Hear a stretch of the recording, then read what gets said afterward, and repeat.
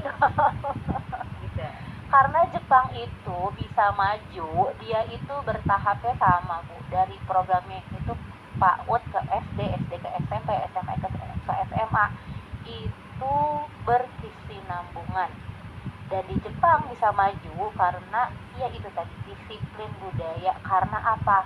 Waktu itu kan Jepang pernah dibom ya nggak? Yang kita akhirnya merdeka. Ya, itu gimana kasih?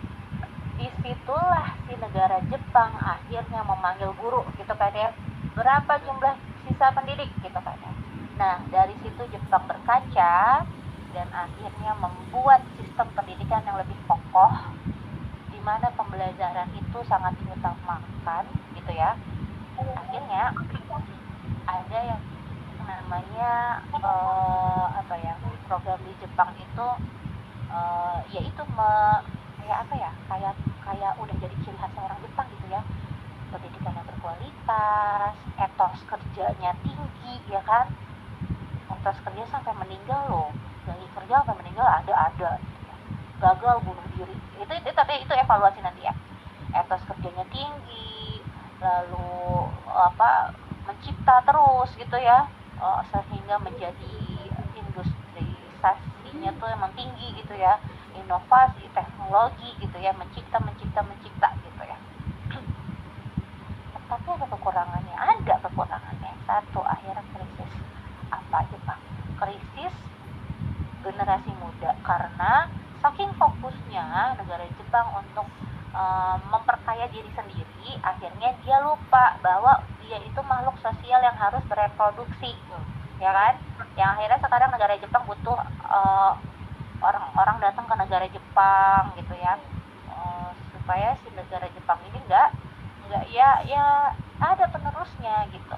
Yang kedua, ada nggak negatifnya? Ada, semuanya tuh ada plus minusnya lah. Indonesia punya apa, Jepang punya apa, China punya apa, ya kan? Yang kedua, si Jepang ini karena tadi memperkaya ilmu di dalam dirinya dan takut gagal karena etos kerjanya yang sangat tinggi, akhirnya tingkat bunuh diri di Jepang juga tinggi, ya kan? Kalau dia gagal sedikit langsung bunuh diri. Nah kalau di Indonesia, masalahnya di Indonesia bunuh dirinya, mohon maaf lahir batin, cuma gara-gara nggak dibeliin handphone, cuma gara-gara berantem sama kakaknya, ya nggak? Ya, miris ya Bu ya. Masalah online Bu. Sekarang yang online. Judol ya. Akhirnya sekarang pikirannya ya Allah, mudah-mudahan kita sama keluarga kita, anak-anak kita dihindari dari sifat-sifat pikiran seperti itu ya Bu ya. Amin. Jadi gini, baru-baru ini mahasiswa di Riau, UIN Riau ya kan, cuma gara-gara apa, cinta ditolak ya kan, tidak diakui gitu ya, dibacok. Nah tapi punya usut akhirnya ya dulunya memang salah, si perempuannya ini walaupun berhijab tapi ya menjual diri ya, ibaratnya gimana ya, itu juga salah. Itu juga tidak bisa kita salahkan, kita harus tarik dulu nih sebelumnya gitu ya, bagaimana kehidupan si perempuan ini sebelumnya, apakah nih, kan ada teorinya lagi nih, makanya kita seneng di pendidikan anak usia dini untuk menghindari hal-hal yang seperti itu Bu. Ternyata kan ada studi yang mengatakan bahwa mungkin saja ya si perempuan ini, si anak perempuan ini haus dengan kasih sayang. Pas kalau kita tarik, ternyata dari keluarga divorce misalnya, kalau udah dari keluarga divorce, berarti kan dia tidak mendapatkan peran ayah yang sesungguhnya, benar nggak?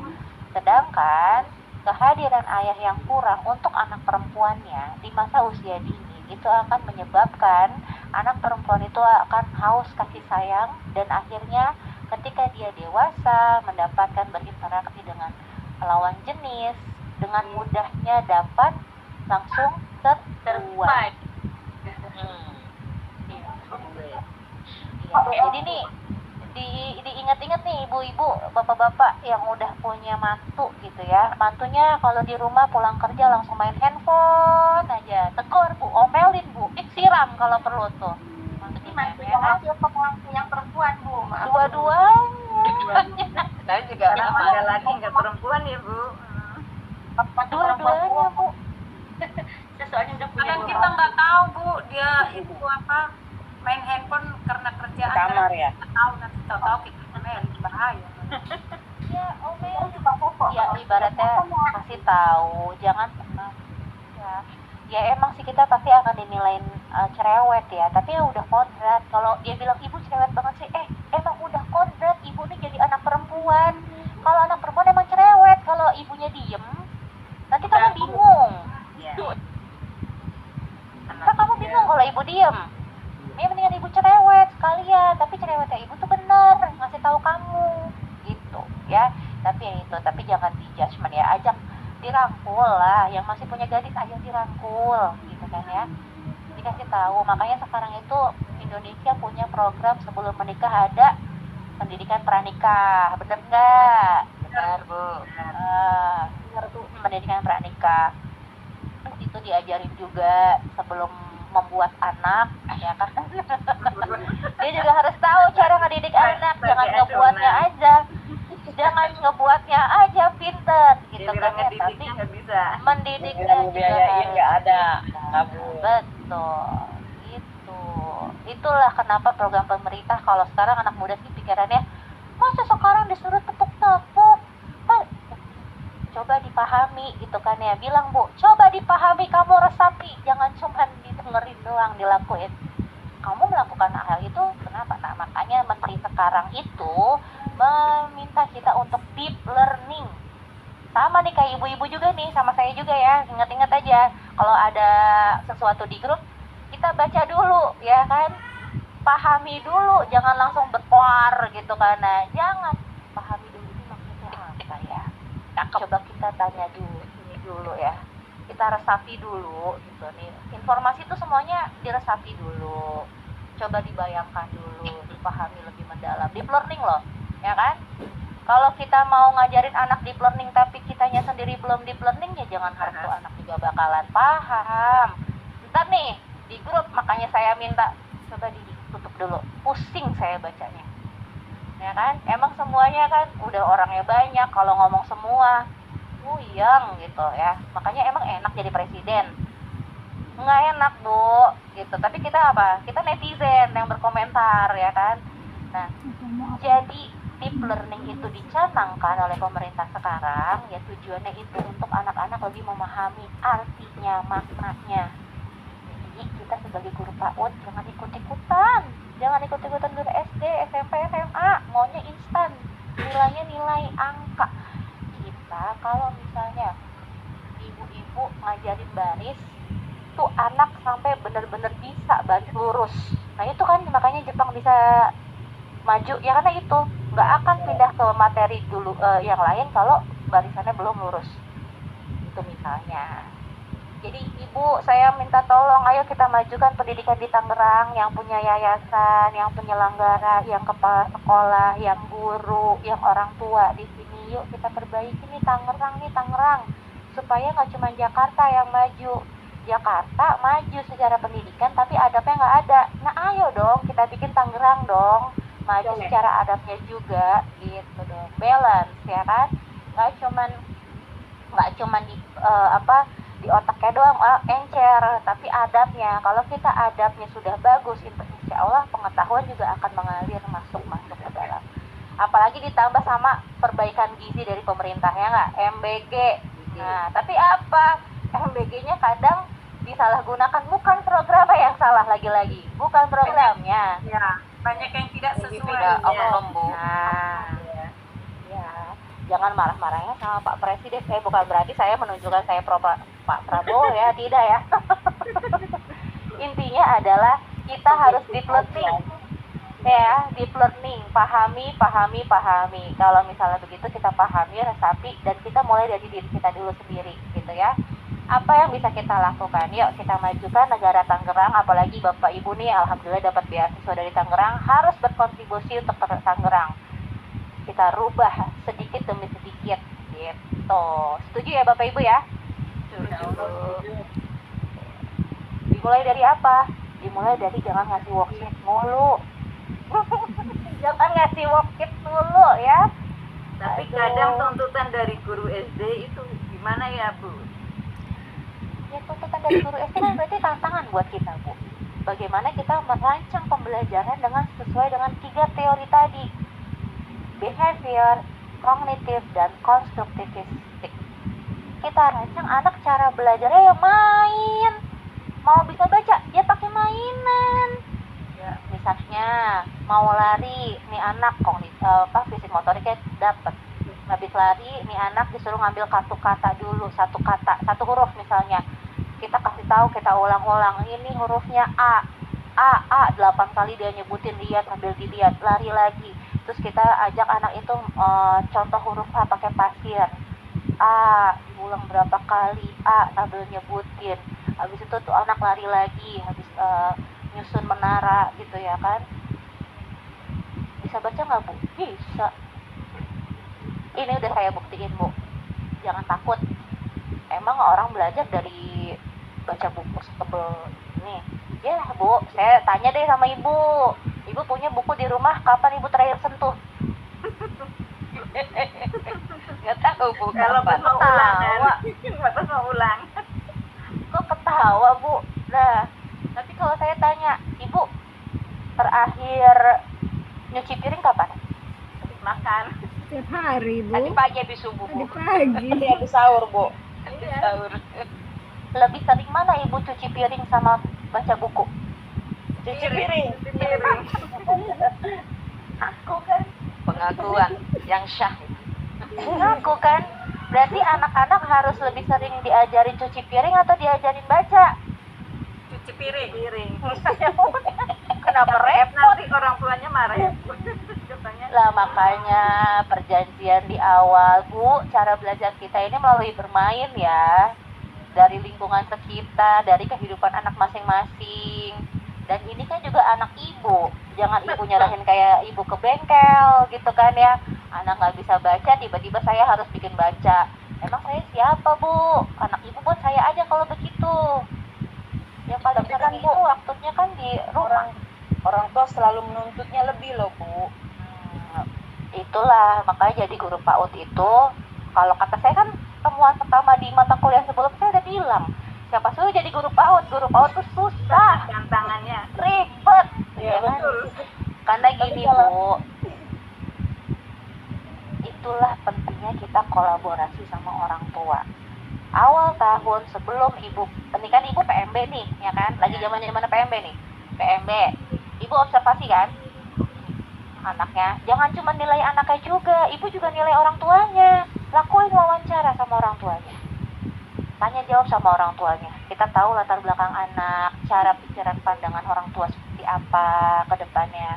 Kira-kira lakukan perjanjian, Bapak Ibu siap tidak bekerja bersama kami. Jangan takut sekolahnya itu akhirnya kurang murid kalau ibu benar-benar ya, kalau ibu benar-benar melakukan gitu kan ya, dengan benar.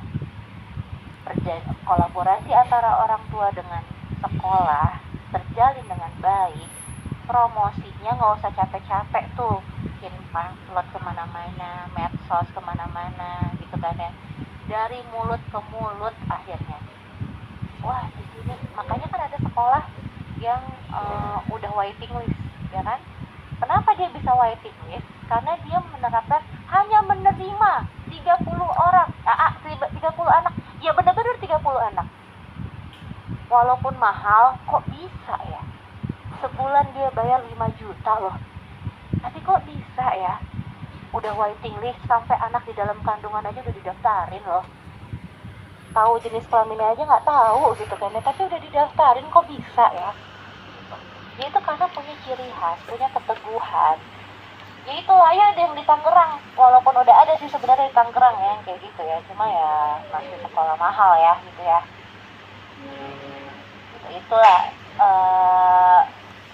refleksi buat kita bersama ya Ibu ya, jangan pernah takut menerapkan itu. Jadi anak diobservasi, orang tua juga diajak wawancara, kolaborasi. Habis kolaborasi, insya Allah yaitu gurunya harus komunikatif tentunya. Kepala sekolah jangan cuma di ruangan aja, ikut terjun ya kan? Pengelola juga ya, yayasan juga harus tahu lebih mendalam bagaimana proses pembelajaran itu di sekolah itu bagaimana. Bagusnya jangan cuma mikir ya prestasi nggak penting penting lah, mau prestasi apapun gitu ya, seorang atlet aja yang sudah membawa nama baik besar di Indonesia gitu ya, mengharumkan nama Indonesia, tapi kalau dia udah waktunya turun, akhirnya terlupakan sama kita gitu. Jadi ya tugas kita ya memperbaiki aja sistem kita di dalam. Jangan pernah takut sama orang tua. Setuju Bu, sangat setuju. Emang dia konsumen ya, tapi konsumennya juga harus kita ajak kolaborasi. Ini yang berbeda PAUD dengan SD, PAUD dengan SMP, PAUD dengan SMA. Jadi kita harus tegas di awal supaya apa? Supaya ya nantinya dia akan terbiasa untuk mendampingi pendidikan anak. Anak kan anak dia yang bikin, bukan anak kita. Terus kalau misalnya kita udah ngasih tahu nih, ini udah sehari-hari nih saya denger nih ya, Bu, saya udah ngasih tahu Bu, anak itu harus stimulus gini, tapi orang tuanya nggak mau. Terus saya mesti gimana? Ibu mikirin tuh anak orang ya kan, anak ibu sendiri nggak dipikirin. Ya benar Bu, benar betul. Ya Bu, banyak benar banget Bu. Itu Bu orang tua. Ya udah, kalau yang penting tugas kita adalah menyampaikan, memberikan stimulus di sekolah, ya kan. Home visit boleh sekali 2 kali. Tapi kalau orang tuanya masih cuek, tinggalin. Lah anak-anak dia Bu biarin. Kenapa harus kita yang kemareke? Iya. Kecuali kalau anak itu mau ibu adopsi gitu. Anak juga aja banyak Bu. Kalau gini kan ya, siapa tahu ya kan, kayak Bu Nani nih ya kan, punya murid kayak gitu, udah dikasih tahu orang tuanya nggak berubah juga ya kan, ya udah deh anak ibu saya ambil. Satu tahun ya, misalnya dapat anak 5 1 tahun, diambil sama Bu Nani, tahun berikutnya lagi dapat lagi kayak gitu, ambil lagi gitu kan ya. Pusing saya Bu. Nimbulin masalah lagi ya. Iya. Oke, ada lagi nggak? Punten Ibu, Bu dosen. Ini Bu, kalau di kelas itu anak murid saya ada salah satu anak itu, dia untuk fokusnya itu selalu membawa apa tuh namanya, Hansaplas itu loh Bu, Hansaplas. Kalau dia mau belajar dia selalu memegang itu. Benar cuma di apa tuh, diusap-usap gini doang Bu, buat belajar. Awal ya. Nggak bisa ditinggalin Bu. Saya, Masya Allah kata saya, ini buat apa nak? Aku kalau nggak megang ini Bu, aku susah mau belajarnya kata dia. Setelah saya perhatiin itu Bu, tapi saya pelan-pelan kemarin saya mencoba untuk mengambil itu yang suka dia pegang, tetap dideketin tangannya dengan tangan saya Bu. Saya berusaha mengambilnya pelan-pelan Bu, buat dia fokus. Seandainya dia sedang saya ajarkan mengenal huruf, itu saya untuk dia belajar untuk fokus, jadi tidak hanya fokus ke tangannya untuk bergerak gini memegangin Hansaplas itu loh Bu. Melepasnya saya itu pelan-pelan Bu. Nah, kemarin saya sempat video itu bagaimana caranya ya Bu, biar dia terlepas dari itu mainan dia itu. Gimana Bu kalau Ibu maksudnya sudah tepat belum saya melakukan seperti itu Bu? Iya, jadi gini, kalau untuk anak yang seperti itu kan berarti dia nyari kenyamanan ya Bu ya. Sebenarnya nyari pengalihan mungkin nervousnya dia, ketidaknyamanan dia gitu kan ya. Kalau misalnya pelan-pelan ya saya setuju, itu sudah tepat gitu ya caranya, asal jangan sampai memaksa gitu ya, karena harus ada pengganti harus ada pengganti yang merasa anak itu akhirnya nyaman gitu kan. Kalau anak TK yang harus kita buat kan, nih anak nyaman dulu sama kita, nyaman dulu sama sekolahnya gitu kan. Dan nggak semua anak bisa dipaksa caranya, apalagi kalau makin kesini kayak makin kesini itu makin unik ya. Anak yang dipaksa orang tuanya yang baper gitu, kita harus hati-hati juga. Ya itu makanya pentingnya komunikasi gitu ya, penting komunikasi kepada orang tua, apapun harapan yang harus mau kita lakuin ke anak, kita harus komunikasi kepada orang tua, itu pentingnya. Jangan Ya, pokoknya stimulus Bu Nani yang di sekolah harus dikomunikasikan ke orang tua. Ini pelan-pelan seperti ini ya, mohon di rumah juga dilanjutkan. Iya, iya. Alhamdulillah kemarin udah sempat Bu berbicara sama orang tua. Iya Miss, ini memang agak susah ya Papa, nanti pelan-pelan aja cara mengambilnya. Kemarin saya pun seperti itu Bu, jadi harus saya pegang tangannya memang, tapi saya ambil pelan-pelan. Dia ngikut, sebenarnya nggak ada apa-apanya itu Bu, tangannya sudah saya ambil, cuma tangannya bergerak terus. Jadi tanpa sadar sudah saya ambil Hansaplastnya itu. Banyak ya Bu Hansaplastnya Bu, bawa ke sekolahnya. Iya, jadi kenapa anak perilaku seperti itu karena dia nyari kenyamanan Bu. Iya, iya, gitu. Ya, terima kasih Bu dosen. Iya. Kenapa Bu? Mentil. Bu Imas punten, saya nggak bisa dengar Bu Imas. Bu Imas bisa di mute.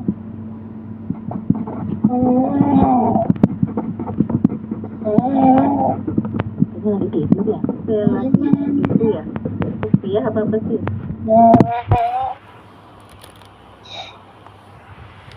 Bu Imas Kayaknya lagi tidur itu Bu.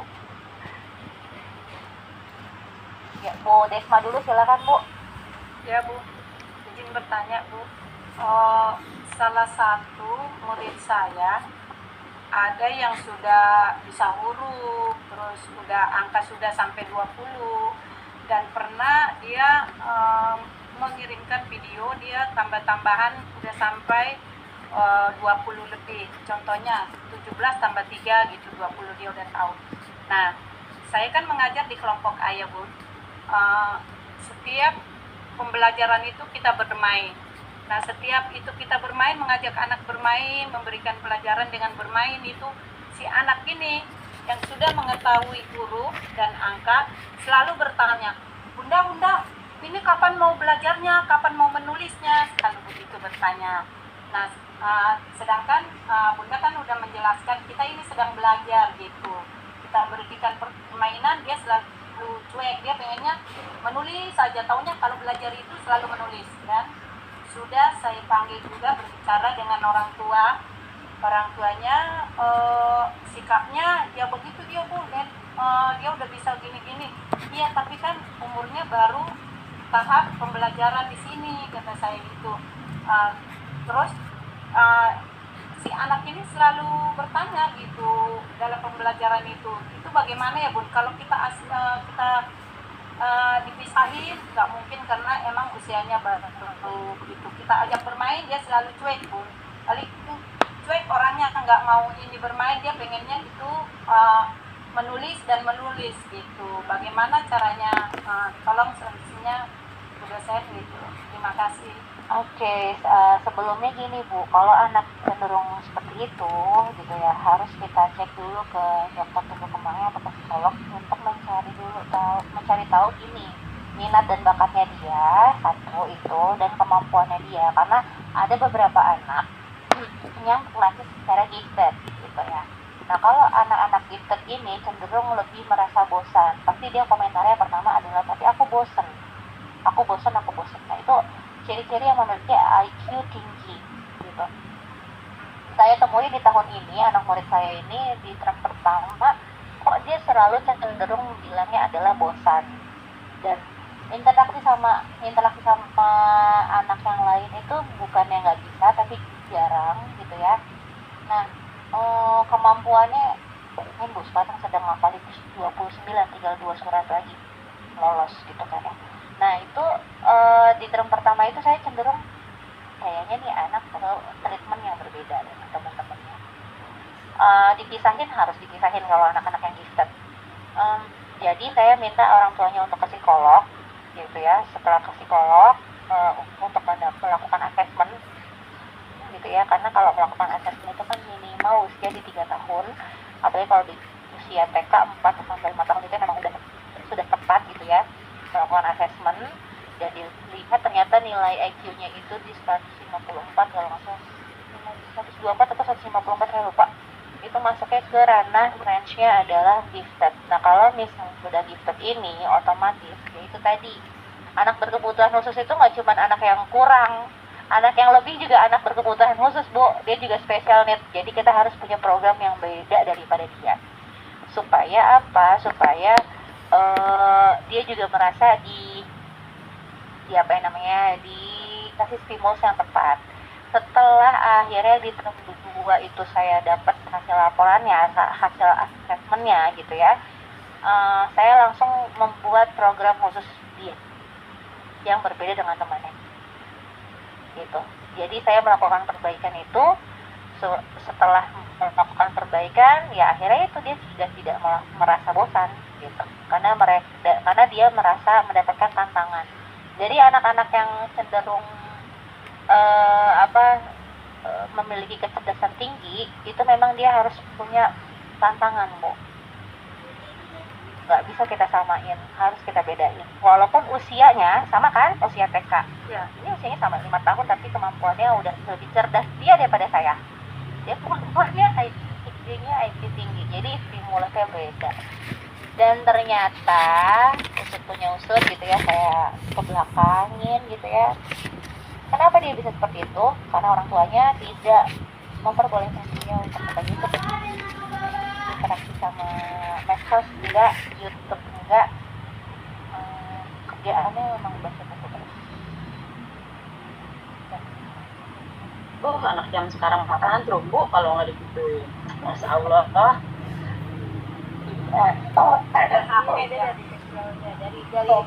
Dari bayi stimulusnya udah itu. Terima kasih Bu dosen.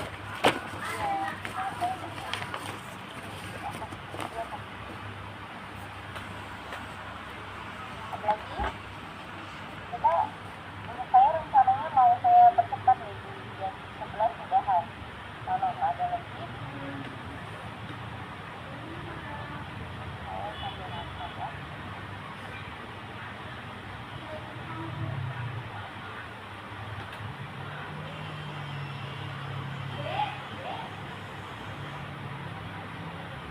Bu Dona nggak ada ya hari ini? Nggak ada.